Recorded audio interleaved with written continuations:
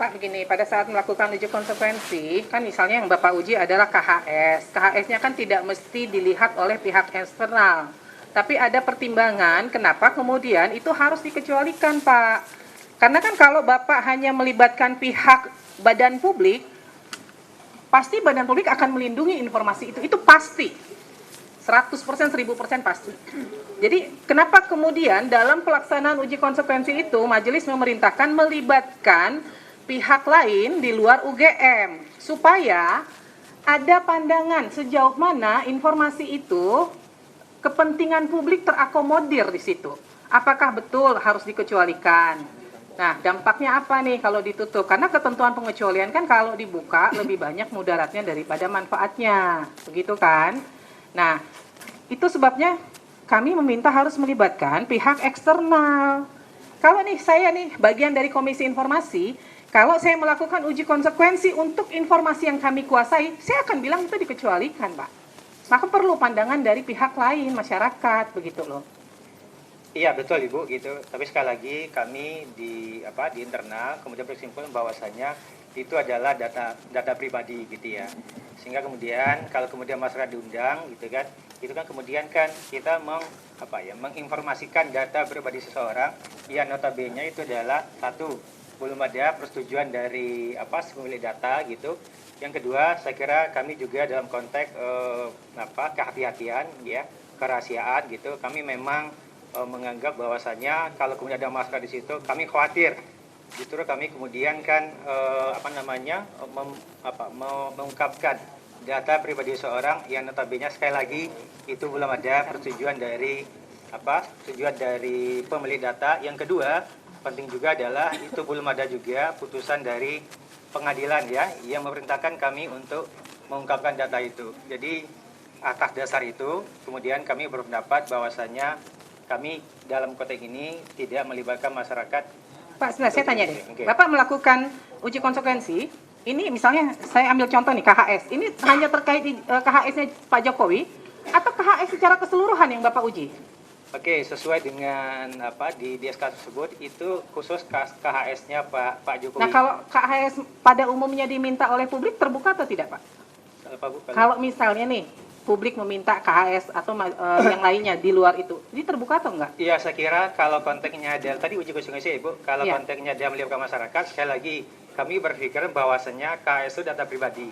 Jadi kami tidak melibatkan masyarakat dulu dalam konteks ujian konsekuensi, kecuali dasarnya ada persetujuan dari si pemilik data ataupun nanti perintah dari KIP. Pemahamannya itu Pak, pemahamannya Bapak melakukan uji konsekuensi bukan hanya terhadap KHS-nya Pak Jokowi.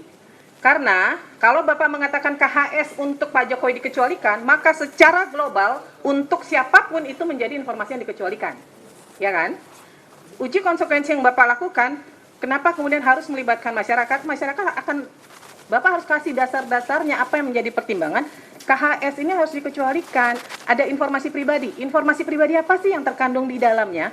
Kan tadi saya udah bilang, tidak mesti dokumennya Bapak tunjukkan kepada pihak masyarakat. Tapi kemudian dilakukan kajian bersama antara UGM dengan pihak eksternal. Sejauh mana sebuah informasi itu kemudian akan dikecualikan gitu loh. Dampaknya apa? Ibu, kalau misalnya Ibu, disitu ada pakar gitu ya. Saya kira pakar itu juga bagian dari masyarakat gitu ya. Nggak bisa Pak, itu kan maka tadi saya tanya pakar ahli hukum ini dari UGM atau bukan?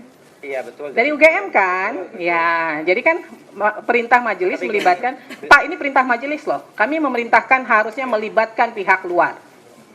Gitu loh. Ya, tapi Bapak tidak melakukan. Ya, gitu. Sekali lagi Bu, kami berangkat dari sikap yang kehati-hatian, yang notabene itu juga dijamin begini, oleh PDP. Okay. Kemarin harus dihargai yang namanya perintah majelis, ya.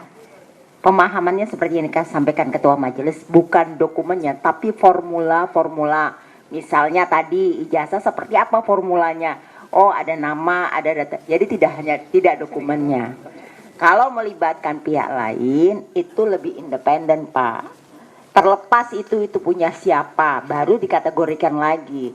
Jadi ketika perintah majelis, kalau Bapak kemarin tidak sepakat, Bapak bahasnya kemarin. Jadi supaya lebih cepat persidangan hari ini kita melihat beranggapan pertama Bapak tidak menghargai perintah majelis. Ya kan? Kan tidak harus dokumennya. Kita dalam hal ini melihat dokumen itu tidak membedakan pemilik siapa.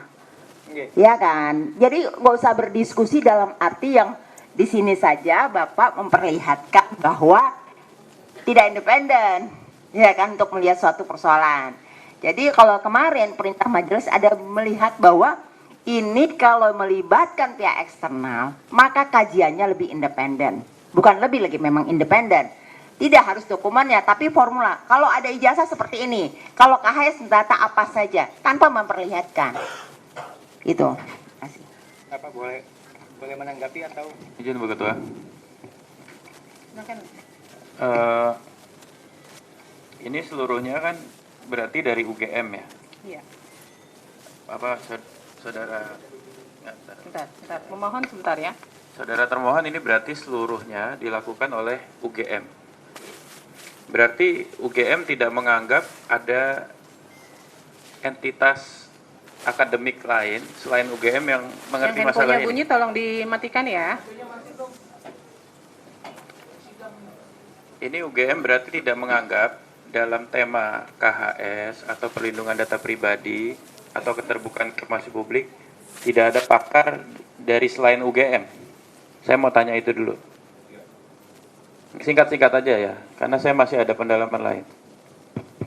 Baik, terima kasih anggota majelis. Pada prinsipnya kami tetap menganggap dan kami juga menganggap bahwa pakar dari Ada dari pakar, ada tidak kepakaran di luar UGM yang bisa memahami soal menurut UGM? untuk diuji konsekuensi ini tidak ada, tapi kalau untuk secara keseluruhan pasti ada. Namun tadi yang Nah, disampaikan jadi begini, ini ada chauvinisme nih, ya, prestige oriented chauvinis. Jadi kebanggaan seakan-akan yang mengerti tema ini hanya orang-orang UGM. Andaikan teman-teman atau bapak ibu di UGM itu mau mempertahankan satu mazhab pemikiran saja, sebenarnya bisa kok. Ambil saja pakar-pakar lain yang satu mazhab, karena sebenarnya di keterbukaan informasi juga ada mazhab kehati-hatian, ada juga cautious focus approach misalnya begitu, ya. Kalau mau ambil kehati-hatian, katakanlah misalnya UGM mempertahankan ini sebagai suatu hal yang jadi apa? Data pribadi. Tadi Bapak bilang, Bapak orang Fakultas Hukum. Fakultas Hukum. Iya kan? Mazhab tuh bisa diambil penguatannya dari mana aja. Dan masyarakat tuh bertaburan kok pakar-pakar. Jadi sebagai sebuah epistemic community ini masalahnya ada di chauvinisme UGM nih kalau begini kelihatannya. Jadi majelis memerintahkan melakukan uji konsekuensi sekali lagi tidak dengan satu pendapat homogen dari UGM. Ini sudah komposisi berlaku untuk semua register Aqua, Pak. Gitu. Tapi kalau Bapak menganggap hanya UGM yang mengerti masalah ini masalahnya di UGM keseluruhan berarti. Ini masalah prestige oriented chauvinism. Ini chauvinisme model akademik. Ya, Pak ya. Ini andaikan Bapak mau mempertahankan satu pendapat pun ambil dari luar UGM itu perintah majelisnya. Gitu. Sehingga pendapat Bapak itu lebih kuat. Begitu, ya. Ini saya sudah pakai bahasa yang paling netral, ya. Bapak mau mempertahankan silakan, tapi komposisinya tidak boleh homogen gitu, sehingga Bapak tidak dianggap sebagai satu kesatuan korsa, tapi sebagai satu kesatuan pandangan mazhab. Oke, Bapak anggap ini sebagai suatu hal yang harus dikecualikan, nggak apa-apa. Di luar pun banyak pakar-pakar yang bisa membenarkan itu. Gitu loh Pak maksudnya. Dan tadi Ibu Ketua Majelis sudah sampaikan, jangan anggap ini sebagai satu case individu. Perlakuan Bapak terhadap semua pemilik dokumen tertentu, informasi tertentu di UGM begini, begitu loh. Dan itu didukung oleh perspektif apa? Ada tanggapan? izin majelis menanggapi, kami tidak mempertahankan mazhab, tapi alasan kami tadi adalah kami mematuhi prinsip kehati-hatian kami. Iya, kehati-hatian itu adanya- tadi saya sebut salah Yes. satu mazhab. Cautious focus approach itu salah Iya. satu mazhab. Dan uji konsekuensi memang untuk mempertahankan mazhab. Salah Bapak kalau bilang Bapak nggak mempertahankan mazhab. Kan kebijakan rektorat harus ada. Bapak salah. Tapi dengan mempertahankan mazhab itu caranya nggak boleh begini. Ini homogen banget, nggak boleh. Ini chauvinis. Bapak menganggap tidak ada orang yang ngerti di luar UGM.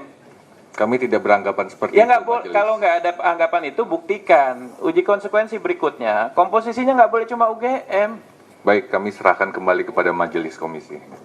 Ya, majelis diserahkan, tapi saudara tidak melaksanakan. Jadi saudara harus laksanakan. Ya, ini masalah ya. Saya kira itu, Bu. Pak, jadi begini ya, nanti kami minta dilakukan uji konsekuensi ulang, tapi Bapak tidak spesifik menyebutkan misalnya nih ya, ini kan karena ini menjadi hasil uji konsekuensi dari UGM ya, maka Bapak tidak menyebutkan misalnya daftar nilai program sarjana dan program sarjana muda Joko Widodo. Enggak, Pak. Bapak harus melakukan uji konsekuensi secara global. Apakah benar daftar nilai program sarjana itu masuk kategori informasi yang dikecualikan untuk siapapun? Karena kalau dikecualikan itu dia berlakunya umum, Pak, bukan hanya person to person. Apakah kemudian terkait dengan nilai kerja nyata itu menjadi informasi yang dikecualikan? Kalau untuk Pak Jokowi dikecualikan, maka untuk yang lain pun harus dikecualikan, Pak. Nggak mungkin untuk Pak Jokowi dikecualikan terus orang lain minta, Bapak buka aksesnya. Kalau dikecualikan ya informasi itu akan berlaku dikecualikan untuk semua.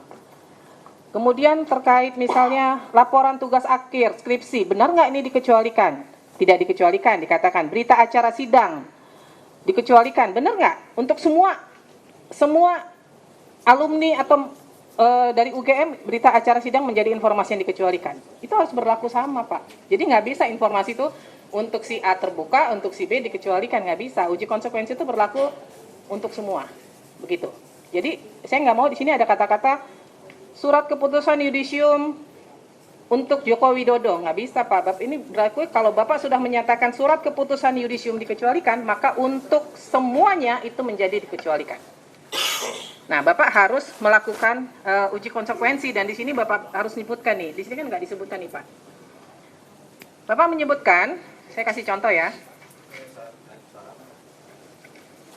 Mengandung data pribadi. Data pribadi apa, Pak, yang terkandung di situ? Bapak harus jelaskan di dalam kajiannya. Apakah di situ ada tanggal lahir? Apakah di situ apa yang dikecualikan? Kalau yang dikecualikan ternyata dari satu dokumen ini yang dikecualikan hanya bagian tanggal lahir, hanya bagian mungkin ada alamat dan sebagainya di situ, itu aja yang ditutup. Tidak otomatis informasinya kemudian menjadi dikecualikan semua, Pak. Maka di kajian itu harus jelas apa sih di dokumen atau di informasi itu yang dikecualikan. Di KHS ini apa sih, Pak, yang dikecualikan? Nilai. Selain nilai apa? Nah, kan berarti yang nilainya saja yang ditutup. Bahwa bukti seseorang pernah kuliah di semester 1, semester 2, semester 3 itu kan menjadi informasi publik, begitu loh. Ya, jadi itu harus dikaji dengan jelas, Pak, kajiannya.